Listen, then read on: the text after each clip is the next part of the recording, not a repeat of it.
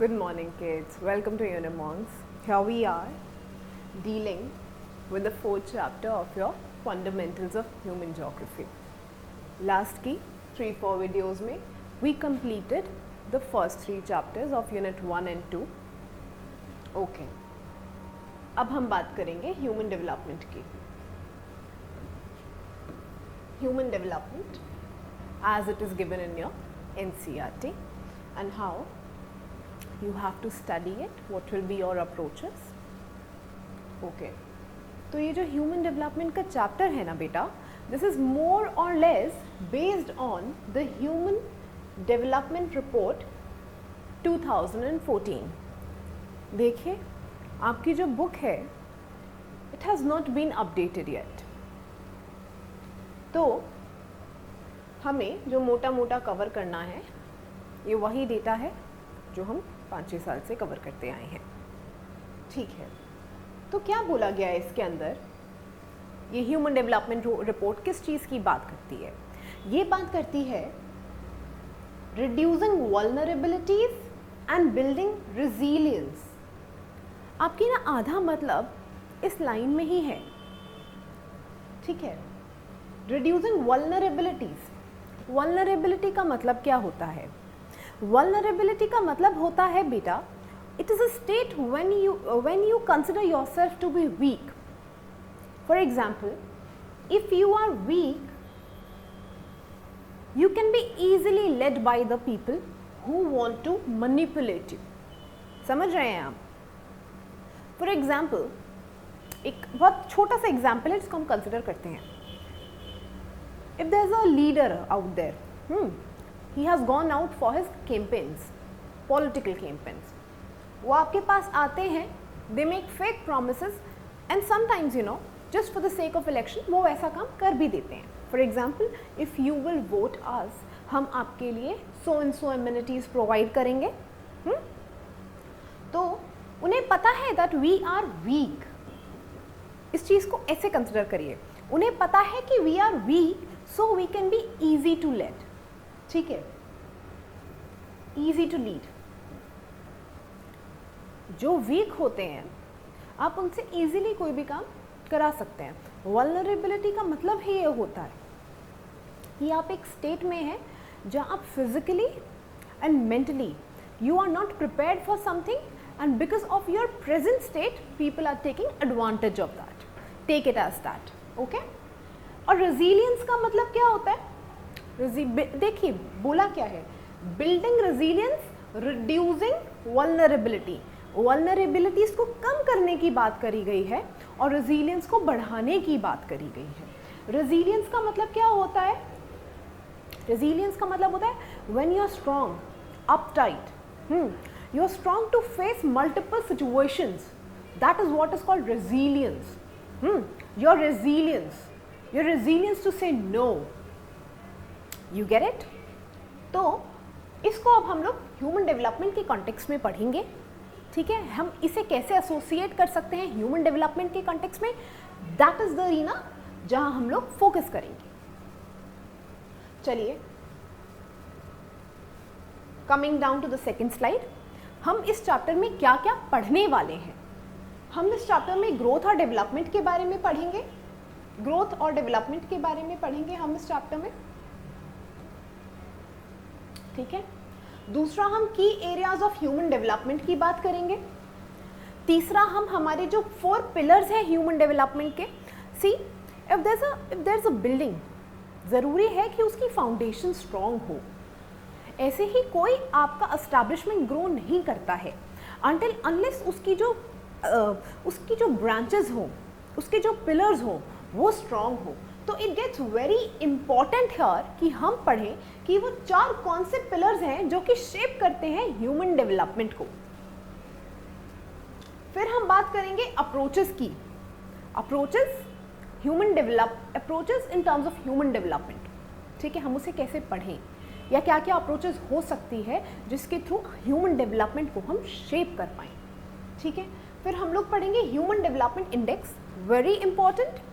और human development index आपको ये बताएगा कि ये जो स्पाइरल है ना, ह्यूमन डेवलपमेंट इंडेक्स, की एरियाज, ये कैसे कनेक्ट हो रहा है और कैसे इससे जो आगे की डेवलपमेंट है वो कैसे स्ट्रीमलाइन हो रही है।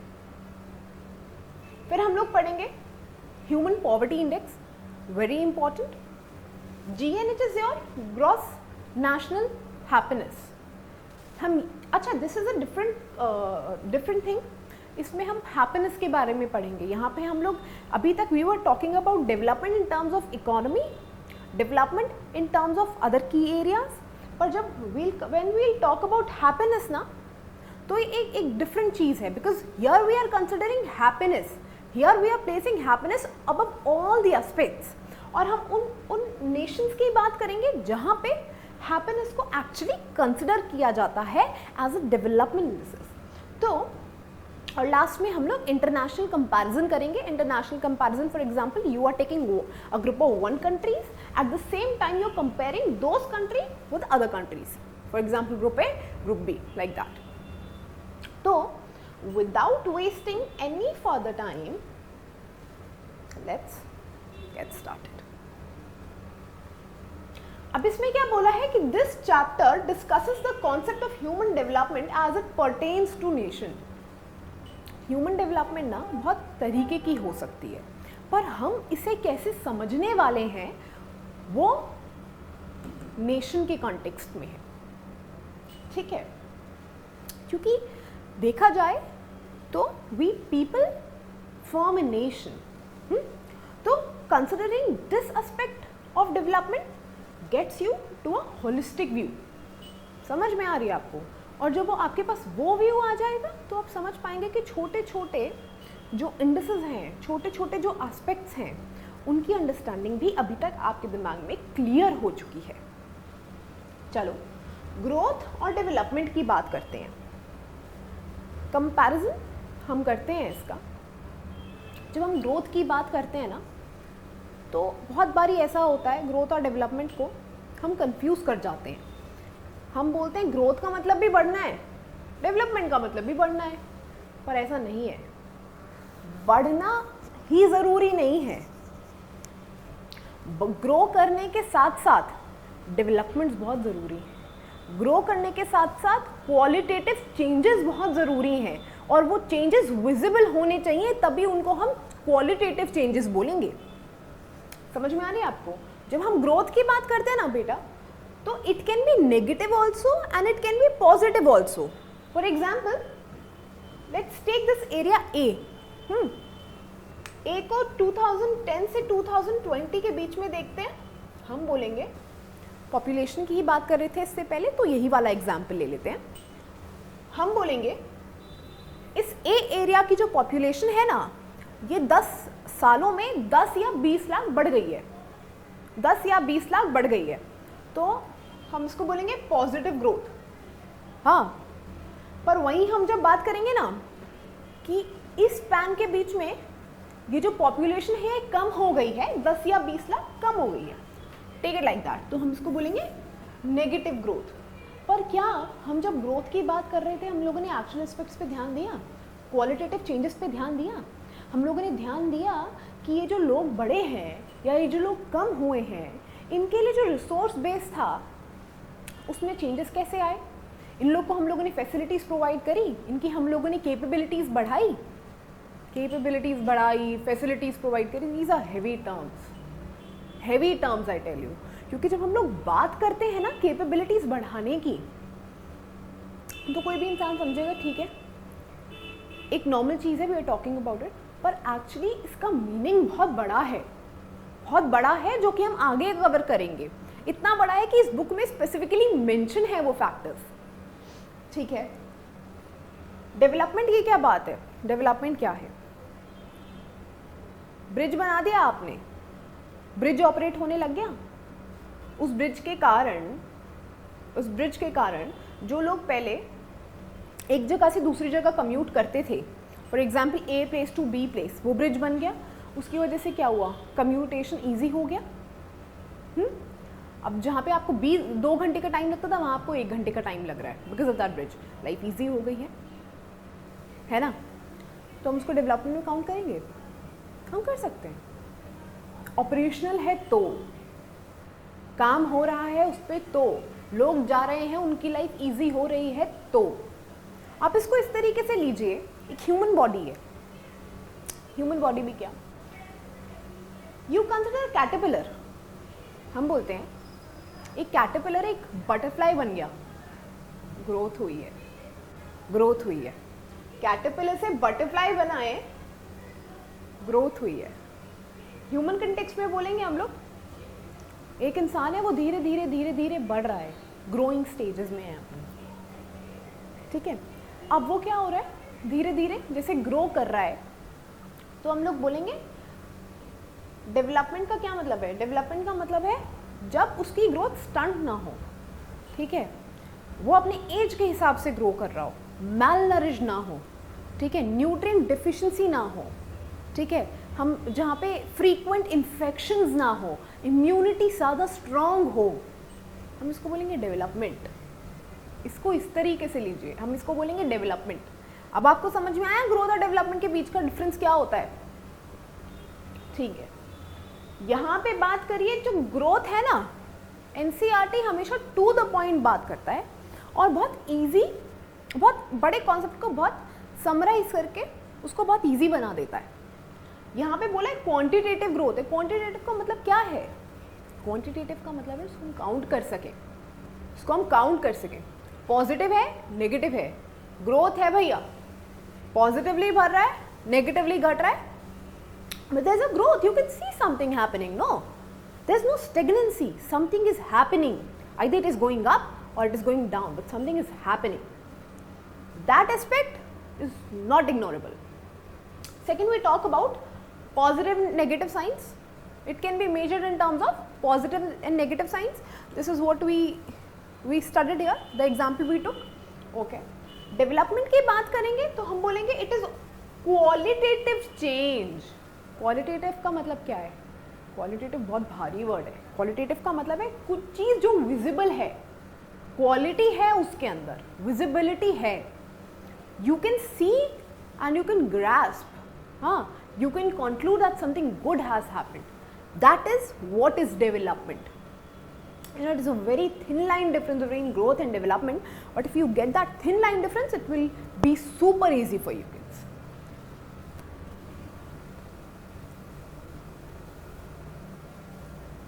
For example, just see the line written here.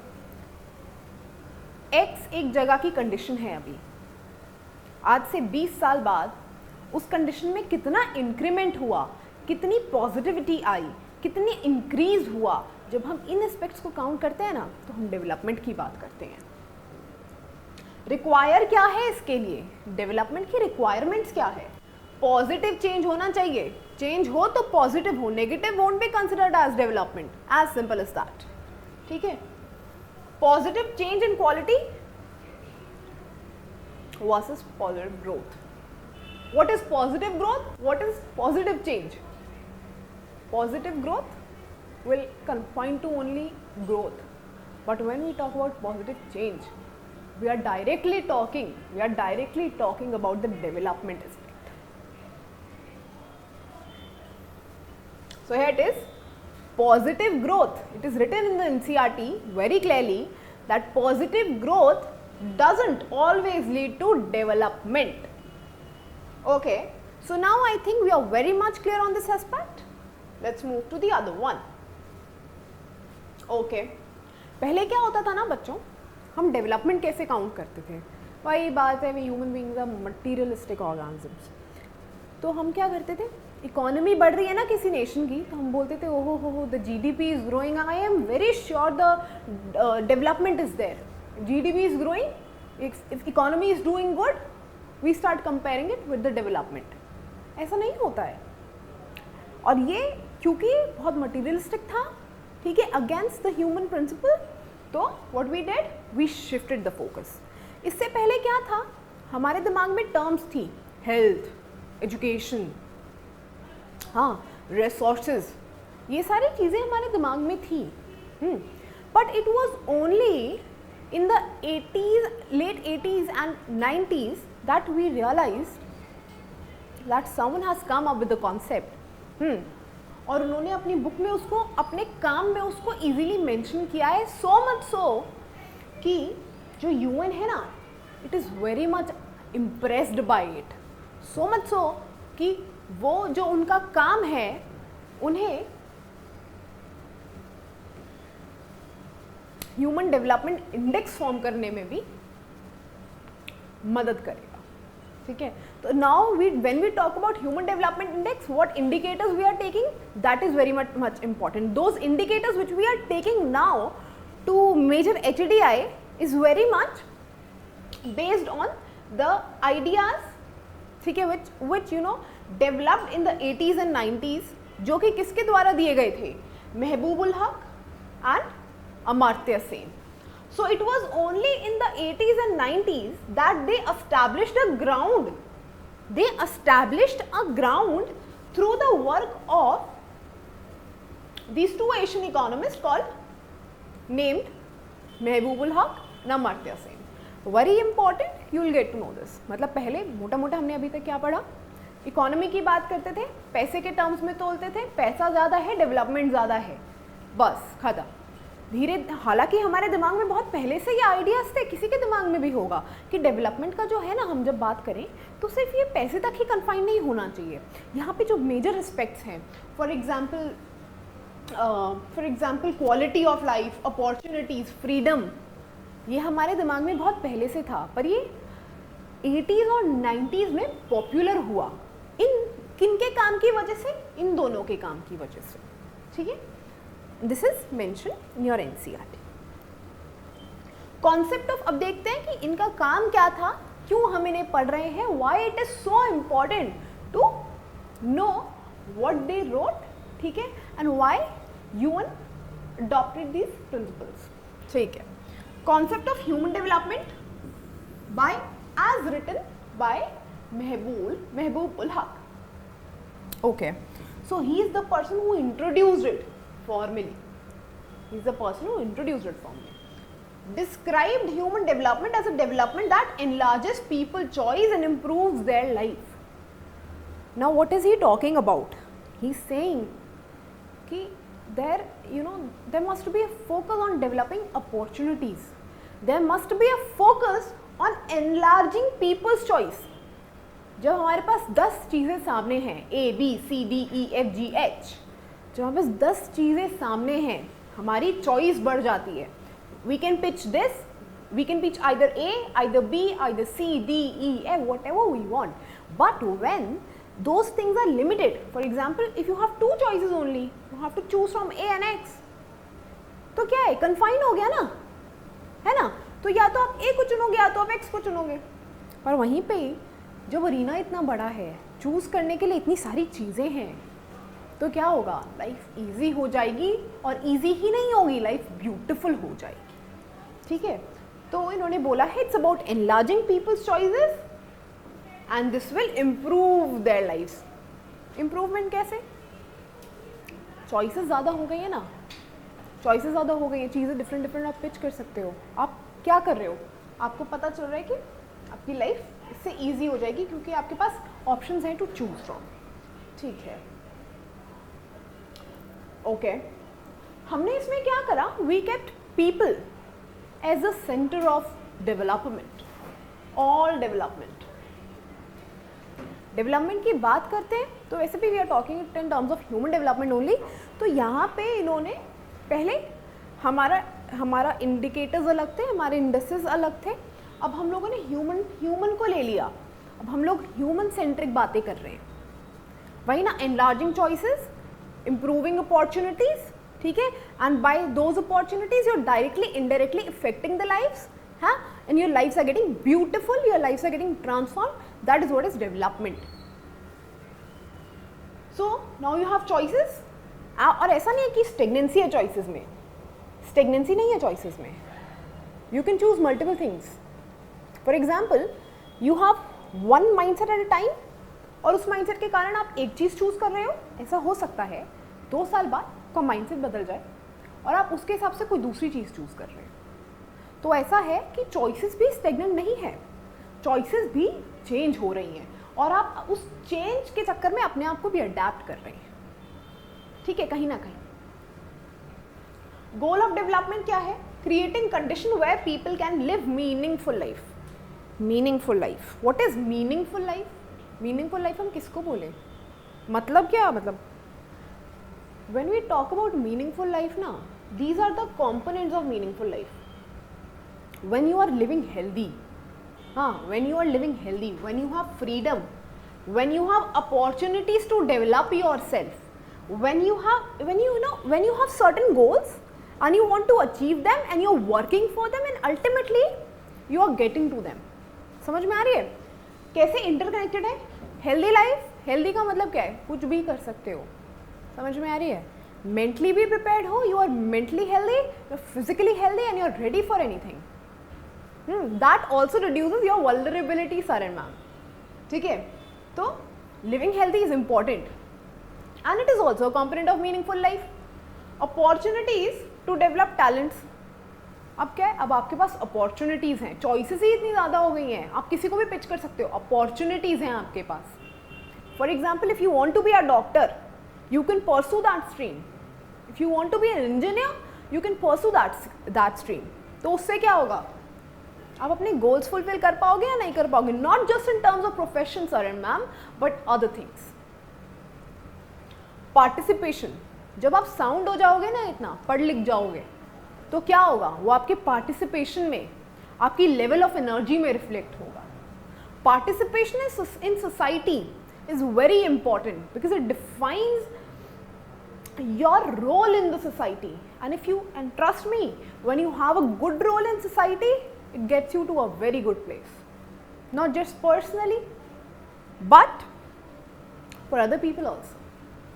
So these are the components of meaningful life। meaningful life का मतलब ये नहीं कुछ भी मतलब निकाल दो, ये essentials हैं, ये essentials हैं, essentials cannot be ignored। चलिए, very good, it is going good so far and I hope आपको clear हो रहा होगा।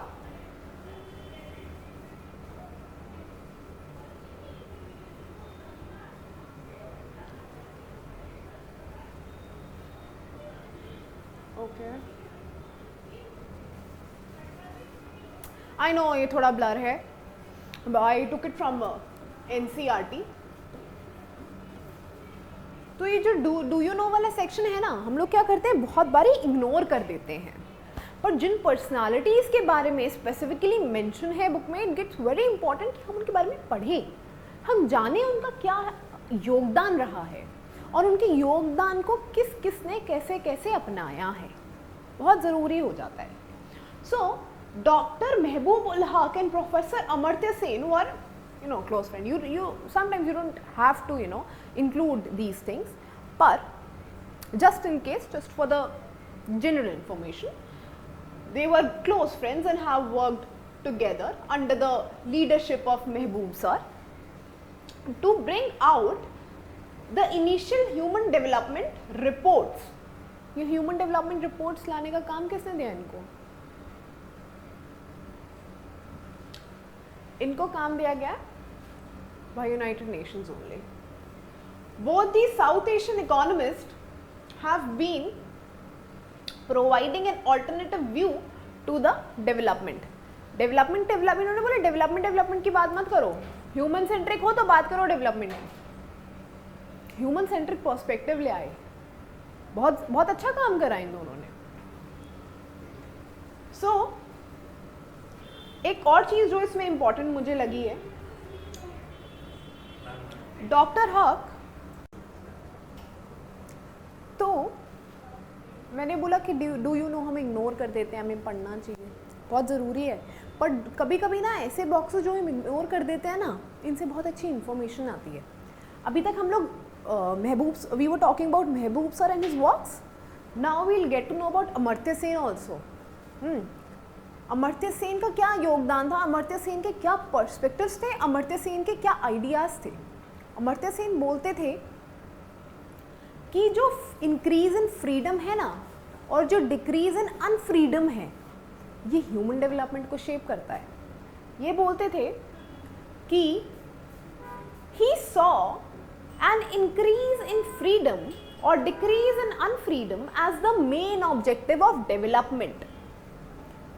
Interestingly, increasing freedom is also one of the most effective ways of bringing about development.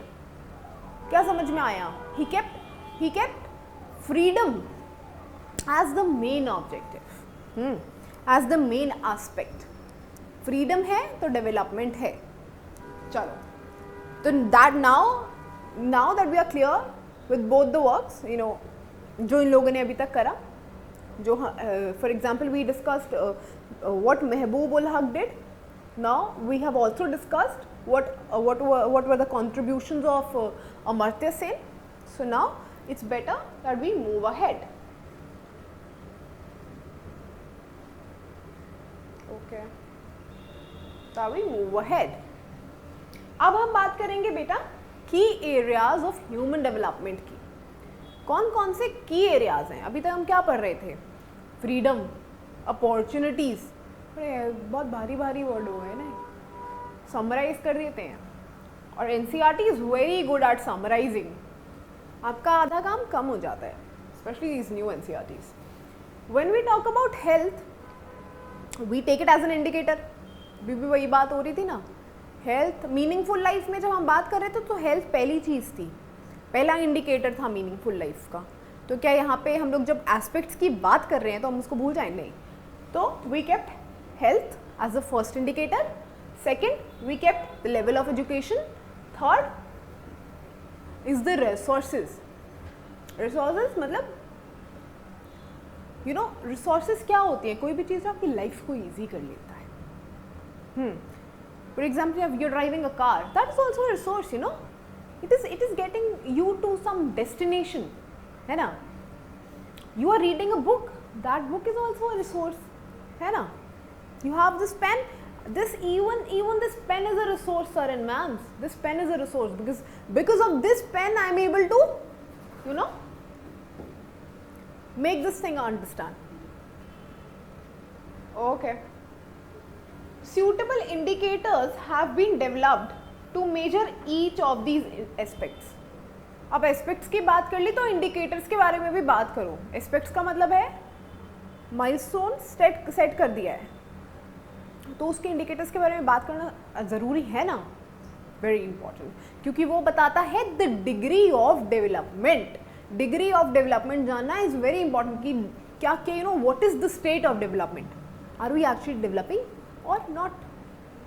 Okay, and to understand the degree of development, we developed some indicators to understand these aspects. Okay, suitable indicators have been developed to measure each of these aspects.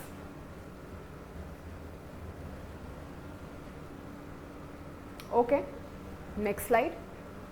Time to know how people who do not have capabilities in these areas also have limited choices. उल्टा कर दो उस चीज़ को जो अभी तक समझाया. अगर कैपेबिलिटीज़ नहीं है, कम है, तो वो चॉइसेस को कैसे इफेक्ट करती है? कैसे इफेक्ट करेगी? अगर आपकी कैपेबिलिटीज़ कम है तो चॉइसेस कैसे कम हो जाएंगी? Sometimes people don't have opportunities and freedom. Opportunities and freedom, हम इन दोनों को अलग अलग भी पढ़ सकते हैं, हम इन दोनों को इकट्ठा करके भी पढ़ सकते हैं.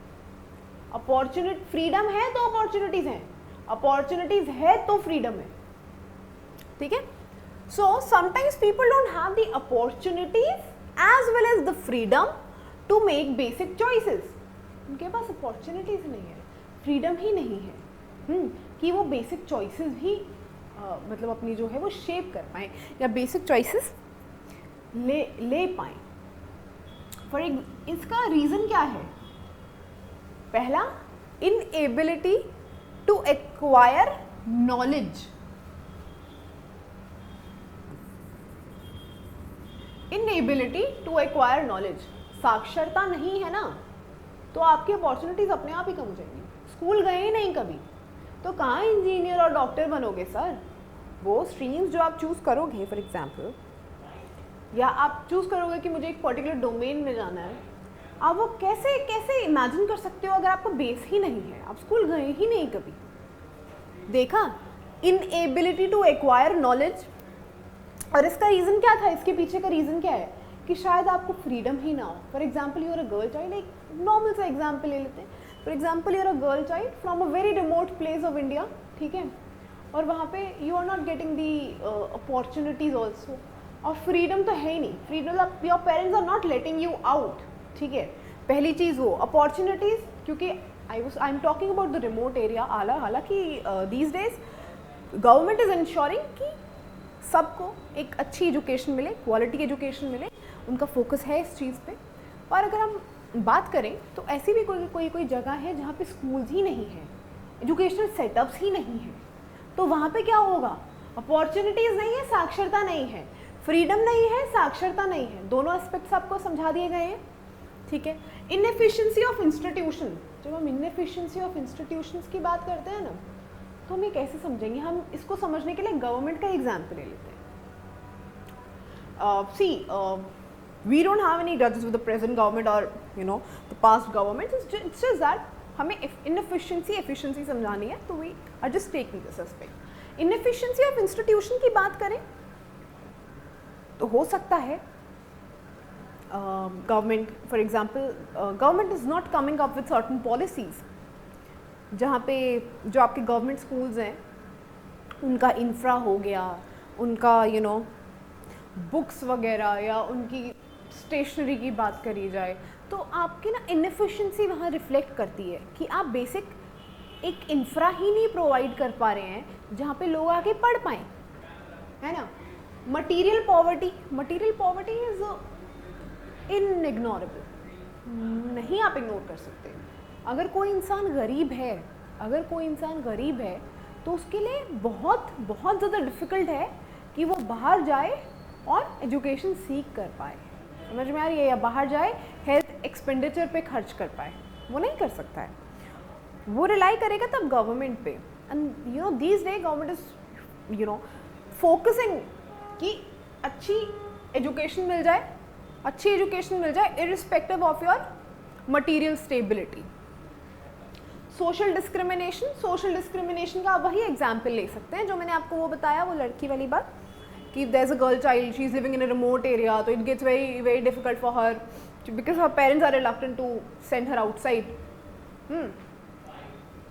Example, these are the example, medical treatment करवाना है पर लैक ऑफ रिसोर्सेज है। मेडिकल ट्रीटमेंट करवाना है, पहला इसका चीज़ होता है कि मटीरियल पॉवर्टी है, पैसा ही नहीं है, ट्रीटमेंट कहाँ से करवाओगे आप।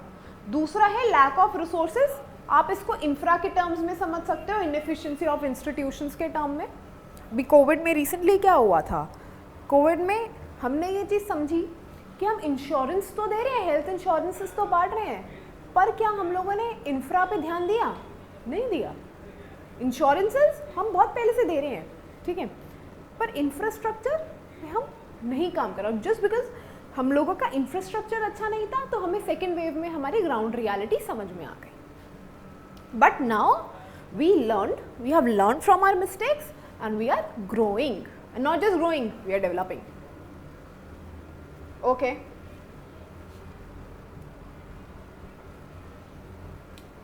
Now it's very important to talk about the pillars. कोई भी बिल्डिंग अपने पिलर्स के दम पे ही खड़ी होती है, कोई भी बिल्डिंग अपने उसके पिलर्स बताते हैं कि इसकी ड्यूरेबिलिटी क्या है, इसकी एज क्या रहेगी, how long it will sustain. Equality की बात करते हैं, इसमें 4 एस्पेक्ट्स हैं मोटे मोटे, बहुत सारे और एस्पेक्ट्स हो सकते हैं, पर हम 4 पिलर्स की बात करते हैं। This is equality, sustainability, productivity, empowerment. Oh my God, 2 E's and 1 S, 1 P.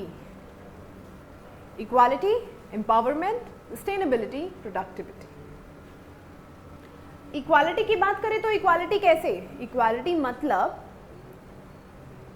doesn't matter from which background you belong, irrespective of the sex, the gender, the caste, specifically in terms of India, ठीक है, and other things also. आपको कोई मना नहीं कर सकता कि आप बाहर जाके अपॉर्चुनिटीज सीखना करो, ठीक है। Refers to the equal access of opportunities available to everyone, doesn't matter which caste you belong to. If you are going to some institution, for example, if you are going to some government hospital and asking them to do something, they will do it. Or any government establishment, you want them to do something, they will do it. Because it's their duty. No one can curb those opportunities which you have. पर इसके लिए ज़रूरी क्या है? इसके लिए ज़रूरी है knowledge. Knowledge. Again a spiral. Equality भी तभी समझोगे जब पता होगा इक्वालिटी है क्या और उसको इंश्योर कैसे कर सकते हो। सस्टेनेबिलिटी की जब हम बात करते हैं, सस्टेनेबिलिटी का क्या बात ये है, फॉर एग्जांपल 2022 में क्या क्या रिसोर्स बेस है, उस रिसोर्स बेस की वजह से क्या क्या अपॉर्चुनिटीज़ हैं हमारे पास। ऐसा ना हो कि 2025 आते आते आते आते या 2050 आते आते आते आते रिसोर्स बेस कम हो जाए, अपॉर्चुनिटीज़ हो ही ना, उससे क्या होगा, सस्टेनेबिलिटी नहीं होगी। For example, we are privileged now, and you know what? We must consider ourselves privileged. क्यों? हमारे पास इतने options हैं. We have so many options. पर अगर हम लोग इसी पेस पे चलते रहे, again that environmental concern, तो क्या होगा? क्या जो आने वाली generations हैं, उन्हें वो opportunities मिल पाएंगी जो हमें अभी मिल रही हैं? उस environmental concern को ना अब economic concern बना लो. Economic क्यों? Social concern बना लो. रिसोर्स बेस्ड कंसर्न बना लो, उसे बना लो आप अपॉर्चुनिटी वाला कंसर्न। प्रोडक्टिविटी की बात करते हैं ना हम, as I told you before also and I want to mention it now, we are youth, ठीक है। India is a youth country. तो यहाँ पे क्या है, हमें इंश्योर करना पड़ेगा कि जितने भी लोग हैं ना, ऐसा ना हो कि अनएम्प्लॉयमेंट बढ़ जाए, एम्प्लॉयमेंट भी बढ़े, एम्प्लॉयमेंट ही बढ़े बल्कि। तो here we talk about human labour productivity बढ़ाओ, but in terms of human also. Don't just depend on technology, you know. Skill set बढ़ाना बहुत ज़रूरी है। Government is focusing on increasing the skill set. क्यों? Productivity, उनका reason क्या है? Productivity बनाना चाहते हैं, स्किल सेट बढ़ा रहे हैं। क्यों? स्किल सेट बढ़ेगा तो क्या होगा? एम्प्लॉयमेंट जनरेशन ज़्यादा होगा। एम्प्लॉयमेंट जनरेशन बढ़ेगा तो क्या होगा? इकोनॉमिक इम्पैक्ट पॉजिटिव, ठीक है। Everything is interconnected, no matter where you are. And productivity, and it is very important. See, you are focusing on productivity, but on what terms? That is important, ठीक है। Empowerment की बात करते हैं। Empowerment का मतलब है आप कितने सशक्त हैं, कितने सशक्त हैं आप। For example, to know the power to have the power to make choices. For example, I am standing here, I can make multiple choices. Now I am an educator. ऐसा हो सकता है कुछ साल बाद, if I increase, you know, if I'll work on myself and increase my educational base, my qualification base, हो सकता है कि मैं कुछ और चीज़ परस्यू कर रही हूँ, समझ रहे हो? उस चीज़ को वैसे लो। एम्पावर्ड होना, सशक्त होना। आजकल हम वुमेन एम्पावरमेंट की बात बहुत करते हैं ना, उसको उससे भी लिंक कर सकते हो आप, ठीक है। अप्रोचेस टू ह्यूमन डेवलपमेंट, बहुत सारी अप्रोचेस हैं, पर कुछ अप्रोचेस हैं जो हम फॉलो करते हैं। उन अप्रोचेस के बारे में हम पढ़ेंगे जो आपके एनसीईआरटी में भी मेंशन है। वो है income approach, welfare, basic need, capability approach. अब इन अप्रोचेस को देख भी लेते हैं। This is a diagram straight from the, this is a table straight from the NCERT, ठीक है। Approaches of human development. When we talk about income approach, तो इसमें क्या दे रखा है? It is one of the oldest approach of human development. Human development is seen as being linked to income.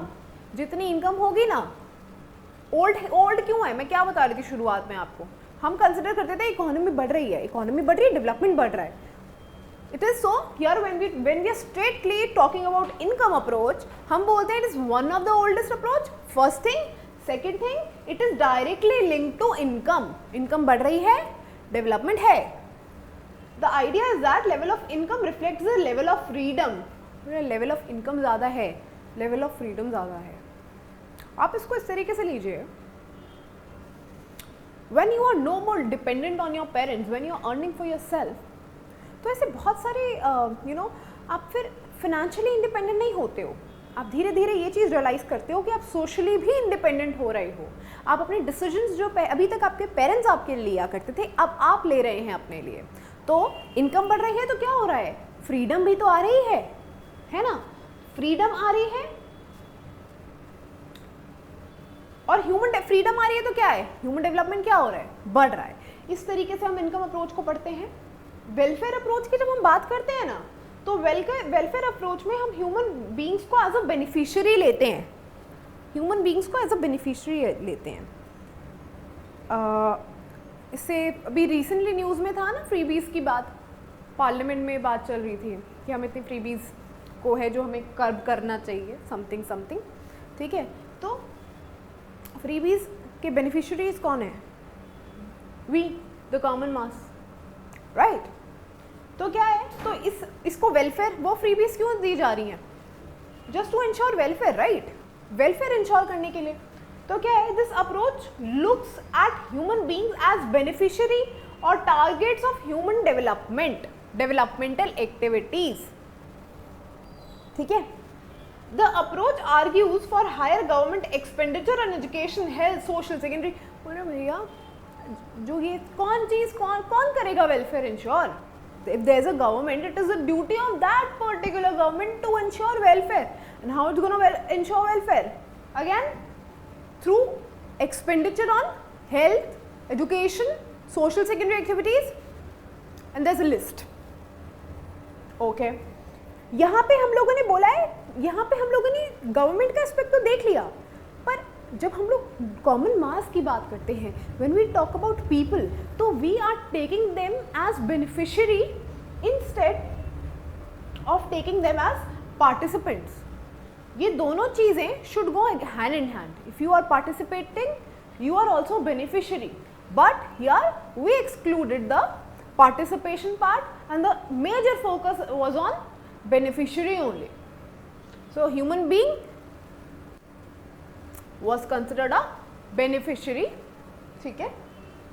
Basic need approach का, सो ये जो था ना, it is initially proposed by ILO। ILO is international labour organisation. इसने बोला भैया ये चीज़ आप जो कह रहे हैं वो सब सही है, आई अग्री, पर कुछ एरियाज ऐसे हैं जहाँ मोर विच रिक्वायर्स मोर फोकस, कुछ एरिया ऐसे हैं जहाँ हमें ज़्यादा फोकस करने की ज़रूरत है।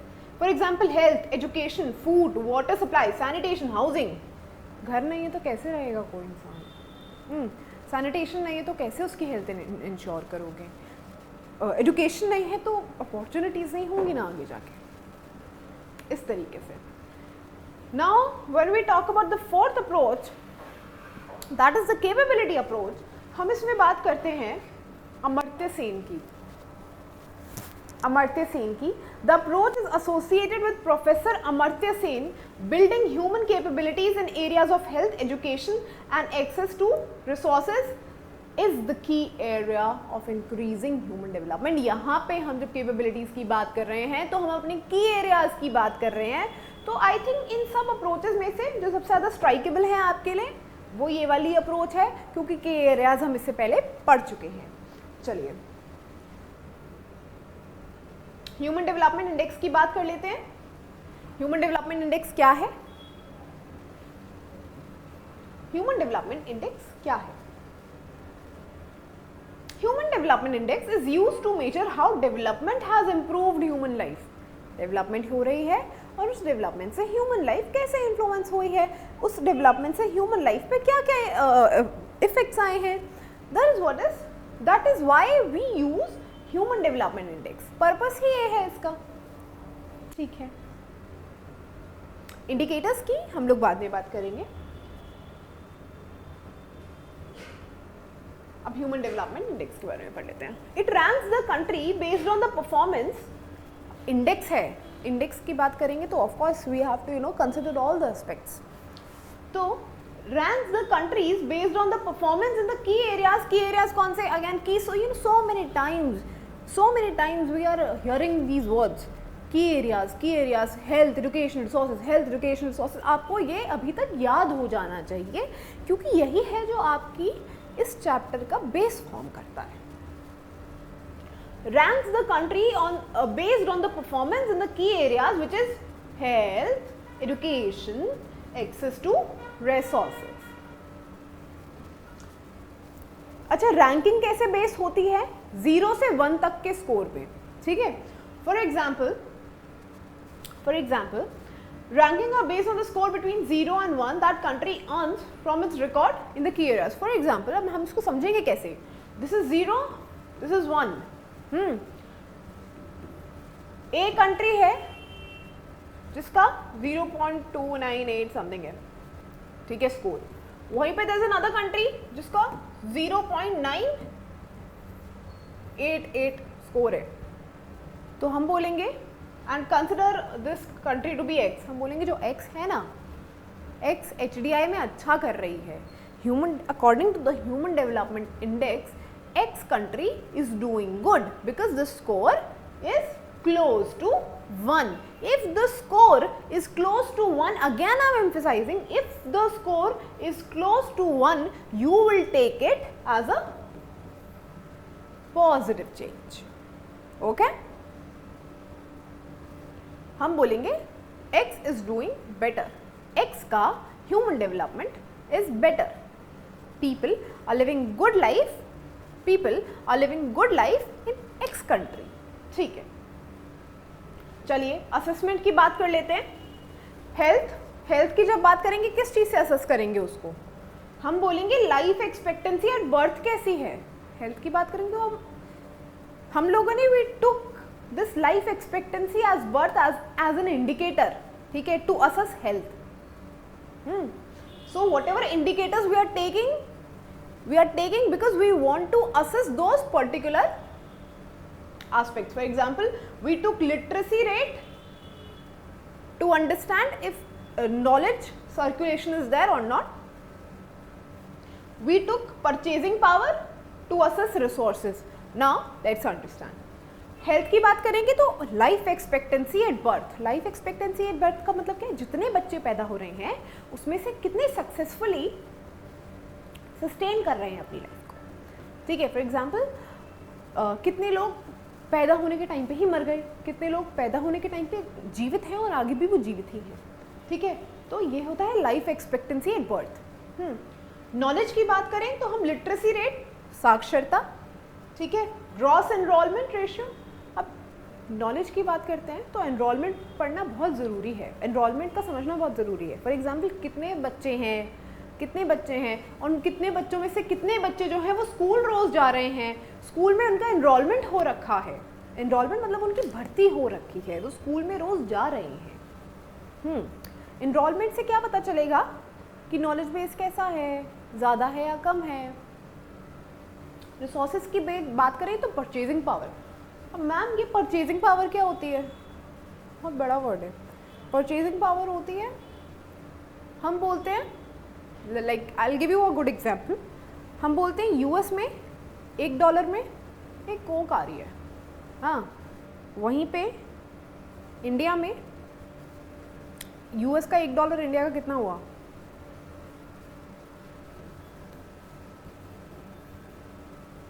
हम बोलेंगे इतने रुपए में कितनी चीज़ें आ रही हैं.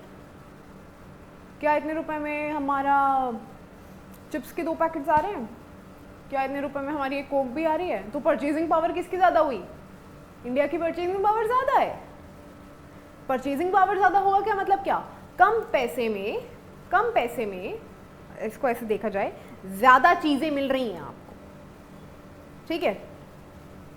हम बोलते हैं ना यार, if you talk to some friend who's living outside India, for example let's take USA, you will call them once and you'll ask, ठीक है, कि how is it there, कैसा चल रहा है? तो बोलेंगे अरे it was very difficult to establish myself here, पर establish कर लिया यार, पर खर्चा तो उतना ही बढ़ता है.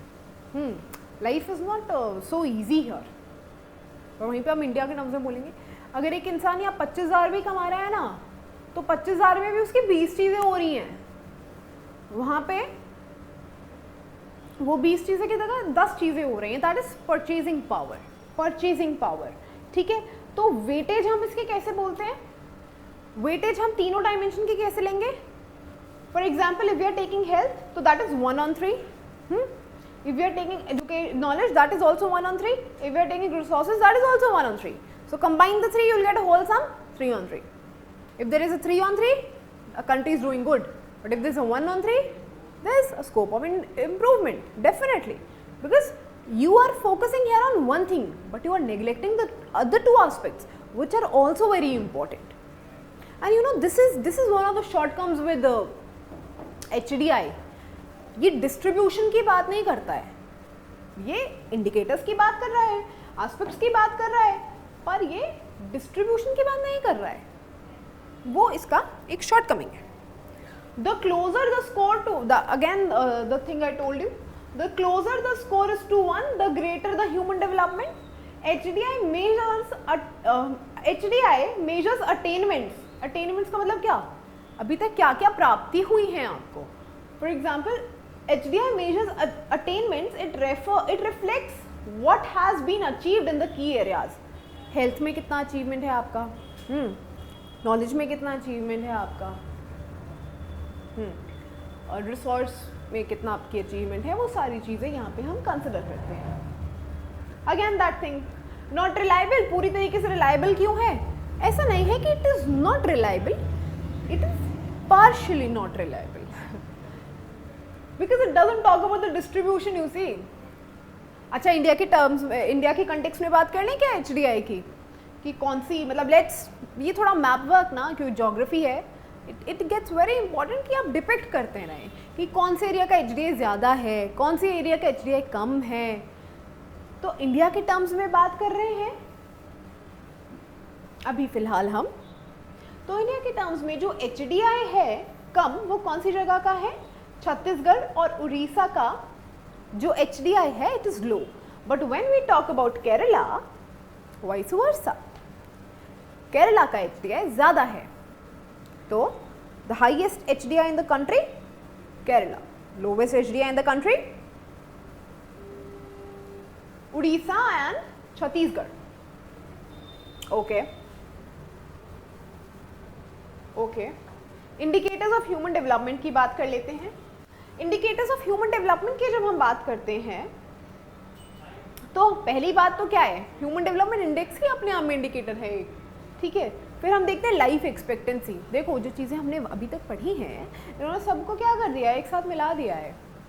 असेस जो इंडिकेटर्स थे जिससे हमने असेस किया, वो भी इन्होंने यहाँ पे लिस्ट में डाल दिया है.